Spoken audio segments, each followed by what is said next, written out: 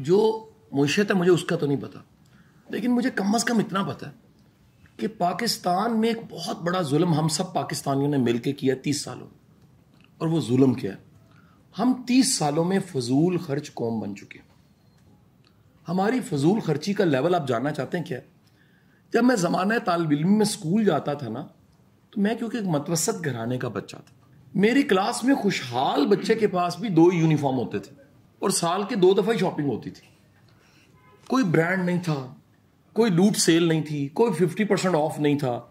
मैंने 8वीं क्लास में, वो 1993 में, मुझे याद है कि जब मैंने बूट लेने थे तो चबुर्जी के पास एक दुकान थी जहां मेरा फुट साइज वालिद साहब ने जाके बनवाया, और मैं उन जूतों को फिर उनका मैंने नाम रख दिया लोहे के जूते, क्योंकि उनको पहनने के बाद जो मेरे पाँव की हालत हुई मैं आपको बता नहीं सकता।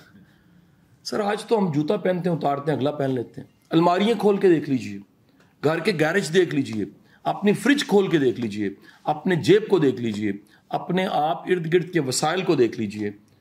मैं उस वक्त से गवाह हूं, मैं उसका, आप में से कईयों का एक्सपीरियंस होगा। एक एयर कूलर लगा होता था और सारे सामने पड़े होते थे, एक हवा वाला पंखा छत पे होता था और कितनी चारपाइयां जो है वो लाइन में लगी होती थी, और त्रोका करके हम छत पे चारपाइयां डाल के सो जाते थे। सर आज हर कमरे में एसी है। मैं आपको एक अंदाजा बता रहा हूं, ये मैं भी शामिल हूं उसमें।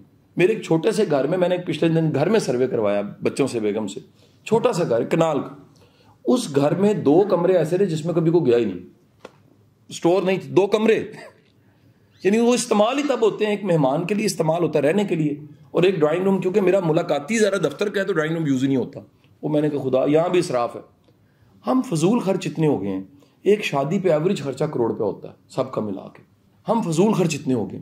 आप ज़रा खाना देख लीजिए हम कितना खाते हैं, वो भी ज़रूरत से ज़्यादा।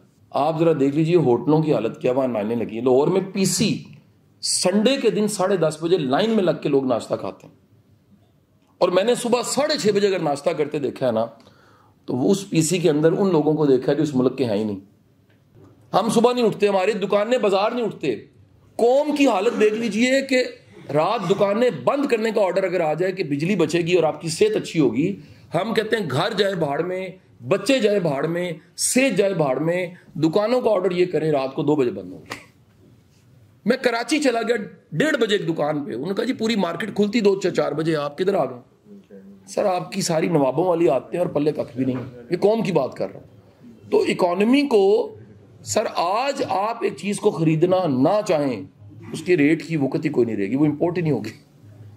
तो प्रॉब्लम ये है कि हमने एक टेक्निकल समाजी तौर पे जो करने वाला काम था उसको एक मुहिम बना के नहीं किया, इसलिए रीस में पड़ गए।